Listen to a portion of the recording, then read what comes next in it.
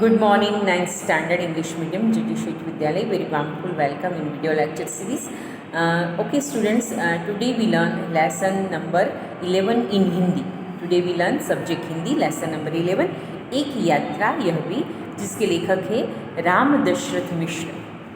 हिंदी साहित्य के प्रसिद्ध एवं उच्च कोटि के लेखक की कहानी आज हम पढ़ने जा रहे हैं, जिसका शीर्षक है एक यात्रा यह भी। इसका प्रकार है कहानी। और राम दशरथ मिश्र बहुत नामी गिरामी लेखक है। इंट्रोडक्शन पैराग्राफ में उनके बारे में बहुत कुछ लिखा है। उनकी कहानी और उपन्यास एवं कविताएं बहुत ही प्रसिद्ध हैं और आज भी बहुत ही चाव से उनकी कहानियाँ पढ़ी जाती है, उनके उपन्यास पढ़े जाते हैं। उनको व्यास सम्मान से भी विभूषित किया गया है और यहाँ पे साहित्य अकादमी ने शिखर सम्मान उनको दिया है। और इसके अलावा उत्तर प्रदेश हिंदी संस्थान ने भारत भारती पुरस्कार के प्रतिष्ठित पुरस्कार से उन्हें सम्मानित किया है।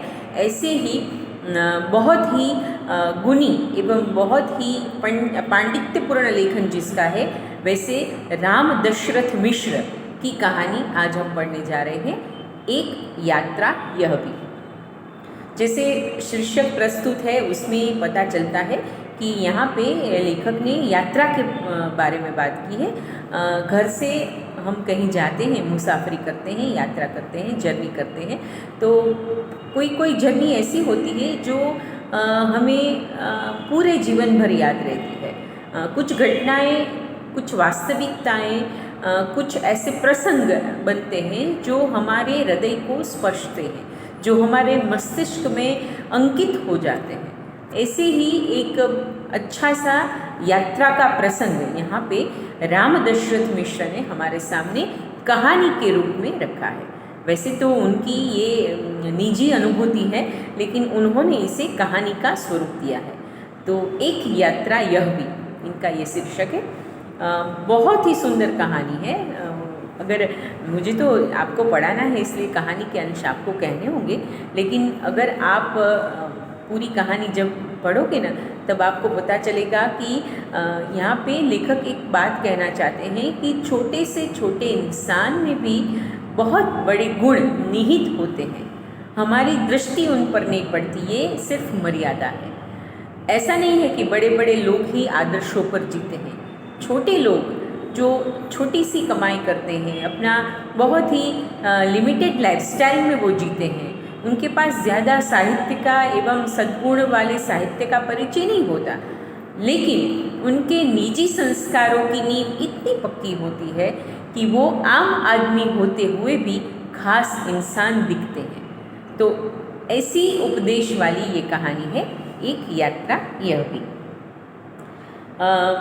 बहुत ही सुंदर ये कहानी है। और शुरू करते हैं। लेखक शुरुआत में कहते हैं, उन्होंने कहानी भी की है और अपने आप को भी प्रस्तुत किया है कि मैं यात्रा भीरू हूँ। यात्रा भीरू यानी कि मुझे ज़्यादा मुसाफरी करना अच्छा नहीं लगता। कोई कोई लोग ऐसे होते हैं जिनको ज़्यादा घर से बाहर निकलना अच्छा नहीं लगता, इसलिए उनके लिए आज हमारे सामने हिंदी भाषा में एक नया शब्द आया है, यात्रा भीरू। भीरू यानी कि डरपोक और यात्रा यानी कि मुसाफरी। कोई लोग होते हैं ना, वो यात्रा करना पसंद नहीं करते क्योंकि उनकी एक मानसिकता होती है कि घर में जो सुरक्षा है, घर के लोगों के बीच जो सुरक्षा है, वो बाहर नहीं मिलती। लेकिन ये ट्विस्ट कहानी में ये है कि कहानी के अंतिम चरण में लेखक ये स्वीकारते हैं कि ऐसी जीवन में ऐसी भी यात्रा होती है जो अच्छे इंसान का हमें परिचय करवाती है। तो एक बार डॉक्टर को मिलने के लिए लेखक और उनकी पत्नी को ग्वालियर जाना पड़ा। यहाँ पे आगरा से ग्वालियर की वो मुसाफरी करते हैं, ट्रेन से उतरते हैं। आप सबको पता है कि रेलवे स्टेशन पर जब हम बाहर निकलते हैं ना, तो बहुत सारे ऑटो वाले, टैक्सी वाले, टांगे वाले वहाँ खड़े रहते हैं। चलो बाबूजी हमारे साथ बैठ जाओ, कहाँ जाना है, लाओ लाओ सामान, ऐसा करते हैं। हम जब हरिद्वार की यात्रा करते हैं, आप सबको पता है उत्तराखंड हरिद्वार जब ऐसी यात्रा, लंबी लंबी यात्रा करते हैं ना, तो रेलवे स्टेशन के बाहर निकलते ही ऐसे टांगे वाले खड़े होते हैं, कोई रिक्शा वाले होते हैं, ऑटो यानी कि रिक्शा वाले। तो वो सब कोई कोई तो हमारे आदमी से सामान भी ले लेता है, चलो चलो आपको पहुंचा देंगे, बैठ जाओ बैठ। अरे भाई हमें सोचने तो दो कहाँ जाना है कैसे जाना है। लेकिन वो इतने आग्रह करते हैं कि हमारा सामान ले जाते हैं, हमें बिठा देते हैं और हमारे गंतव्य स्थान पर हमें पहुंचा देते हैं। हर प्रदेश की एक विशेषता होती है। तो उत्तराखंड में जब हम प्रवास करते हैं ना तो हमें ये अनुभव ज़्यादा होता है। आपको भी हुआ होगा, अगर आप कभी अगर यात्रा आपने नहीं की उत्तराखंड की, अगर करोगे तो आपको भी, आप जब ऐसे बहुत ही फेमस प्लेस पर जाते हैं ना, धार्मिक स्थलों पर जाते हैं, तो वहाँ के लोगों की कुछ खासियत, कुछ विशेषताएं हमारे सामने ऐसे आती हैं। तो एक जैसे ही लेखक और उनकी पत्नी ट्रेन से उतरते हैं, ऑटो वाले पीछे पड़ जाते हैं, बाबूजी कहाँ जाना है, कैसे जाओगे, ऑटो में तो जाओगे, चलो बैठ जाओ। ऐसे ही लेखक ऐसे लेखक के मन में एक वो पूर्वग्रह भी था कि किसी अपरिचित से ज़्यादा बात नहीं करनी है। तो उनकी पत्नी और वो चले जा रहे थे, लेकिन एक ऑटो वाला ऐसा हुआ कि उन्होंने कहा बाबूजी कहाँ जाना है। लेखक ने कान नहीं दिया, ध्यान नहीं दिया। फिर उन्होंने पूछा बाबूजी कहीं तो जाएंगे ना, कहीं कभी तो आप ऑटो तो करेंगे ना, तो क्यों ना मेरा ऑटो करें, चलो मेरे साथ। उनका स्वर सुनकर लेखक को कुछ विश्वास आया कि नहीं नहीं ये अच्छा आदमी लगता है, चलो इसकी ऑटो में बैठते हैं, इसकी रिक्शा में बैठते हैं। और फिर लेखक और उनकी पत्नी और ऑटो वाले की जर्नी शुरू होती है। ये है कहानी का थीम। और उसने वो पूछता है बीच में बाबूजी कहाँ से कहाँ जाना है। तो बाबू जो लेखक थे, जो नायक है वार्ता ने, उन्होंने पर्ची में एक एड्रेस दिया कि मुझे यहाँ जाना है। वो डॉक्टर का एड्रेस था, लेकिन डॉक्टर ने अपना जो क्लिनिक था ना वो बदल दिया था। तो वहाँ से फिर कहाँ जाना है, फिर ऑटो वाला वहाँ खड़ा है, खड़ा हूँ आप जाके आइए। लेकिन लेखक कहते नहीं नहीं हम दूसरा कर लेंगे, फिर भी वो आग्रह से खड़ा रहता है। और जब डॉक्टर ने अपना स्थान बदल लिया है तो वो बोलता है कि चलो चलो आपको मैं होटल तक पहुँचा देता हूँ। और इसी दौरान, इसी बीच में उन दोनों के बीच, ऑटो वाले और लेखक के बीच जो संवाद होता है वो कहानी का हाल है। देखिए इसमें पेज नंबर 44 पर वो संवाद का एक एग्जाम्पल भी दिया गया है। जैसे कहते हैं बाबूजी कहाँ से कहाँ जाएंगे, मैंने होटल का नाम बता दिया और कहा भाई तुम जाओ, यहाँ देर लग सकती है। वह कुछ बोला नहीं। हम डॉक्टर के पास चले गए, घंटा भर बाद निकले तो देखा वह वहीं खड़ा था। और जब हमें महसूस होने लगा कि वह ऑटो वाला कुछ और है, वह हमारे भीतर घर करता गया और होटल पर छोड़कर उसने पूछा फिर कब आऊँ, यानी आप शहर में घूमोगे फिरोगे ना। तो हमने लेखक कहते हम तो कल जाएंगे, कल शताब्दी से लौटेंगे, तो आपको घुमाने के लिए कब लेने आया हूँ। तो लेखक कहते भाई आज तो हम थके हैं, आराम करेंगे, कल घूमेंगे। ठीक है बाबूजी, यह मेरा मोबाइल नंबर, मुझे फ़ोन करके बुला लीजिएगा। अरे तुमने अपना नाम तो बताया नहीं। मोहन अच्छा नाम है। दूसरे दिन घूमने का कार्य शुरू हुआ। अब ऑटो वाले का नाम था मोहन और अपना परिचय दिया, अपने अच्छे बर्ताव से लेखक के मन को प्रभावित किया, उन्हें बहुत इम्प्रेस किया। और देखो कई मुझे एक मेरा निजी प्रसंग याद आ रहा है। कुछ महीनों पहले मैं अजमेर गई थी। तो वहाँ पे जैसे ही हम बस से उतरे ना, तो अभी दूसरे सिटी के बारे में तो हमें ज़्यादा पता नहीं होता। तो बस से उतरे और हमने अपने जो जहाँ पे हमने रुकना था उस होटल का नाम बताया। तो वैसे बस में हमें एक सज्जन ने कहा था कि यहाँ से पास में ही है, अगर आप चल के जा सकते हो तो जा सकते हो।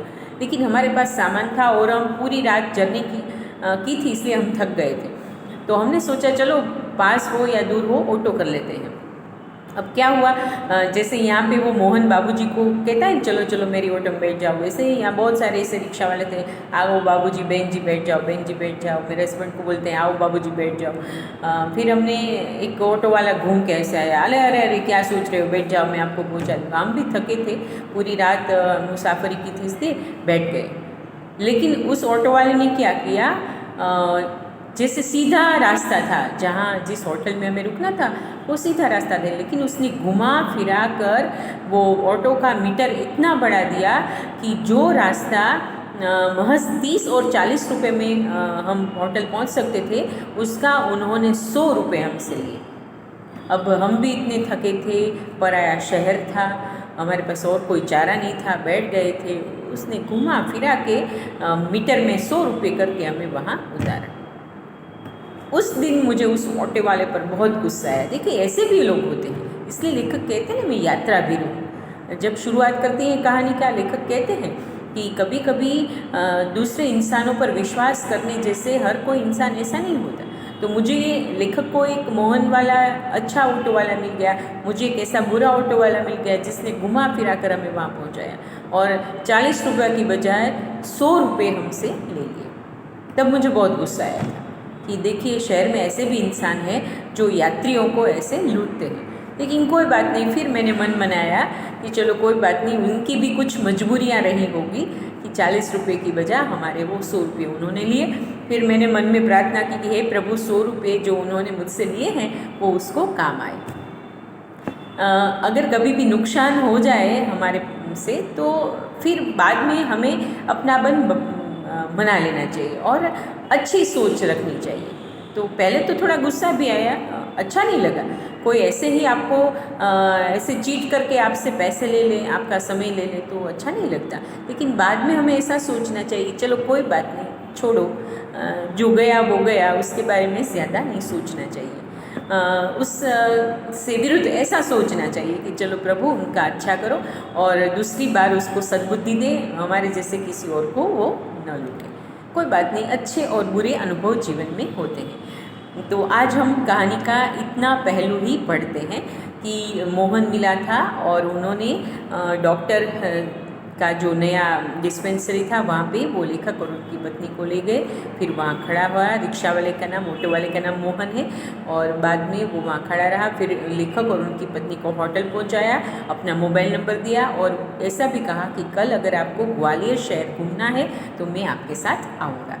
इतनी बात करके मोहन वहाँ से विदा लेता है। आज हम इतनी कहानी पढ़ेंगे। कल फिर आगे कहानी का दूसरा पहलू और स्वाध्याय के बारे में चर्चा करेंगे। देखिए आजकल माइक्रोसॉफ्ट टीम ऐसा सॉफ्टवेयर हम यूज़ कर रहे हैं, सब लाइव देख रहे हैं। कुछ बच्चे, कुछ के पास मोबाइल नहीं है और कोई बच्चे ऐसे मैसेज भी करते हैं कि हमारे पास अभी फ़ोन अवेलेबल नहीं है, तो हम क्या करें। कोई बात नहीं, इसीलिए हमने ऐसा रखा है कि जो हम लाइव पढ़ाते हैं उसका वीडियो भी बनाते हैं और उस ऐसे वीडियो को फिर आपको व्हाट्सएप पर यूट्यूब के माध्यम से उसकी लिंक भी भेजते हैं। जब भी आपके पास मोबाइल आए आप पढ़ लीजिएगा, देख लीजिएगा। तो दोनों चीज़ एक साथ हो रही है, लाइव भी हो रहा है और वीडियो लेक्चर भी हो रहे हैं। सभी बच्चों को मैं अनुरोध करना चाहूँगी कि जिन्होंने लाइव देखा है वो वीडियो भी एक बार ज़रूर देख लें और इस तरह से अपने विषय का दृढ़ीकरण करें। तो अच्छी तरह से पढ़िए, अपने आप का ख्याल रखें और ईश्वर करे ये कोरोना जल्दी से समाप्त हो और हम सब भी वेकेशन में बहुत सारी यात्राएं करें। इसी अच्छे संदेश के साथ यहाँ पे मैं विराम लेती हूँ। आपसे फिर मिलूँगी कल हिंदी में इसी लेसन के साथ। तब तक के लिए टेक केयर योरसेल्फ, अपना ख्याल रखें, दूसरों का भी ख्याल रखें, अच्छा सोचें। थैंक यू, धन्यवाद।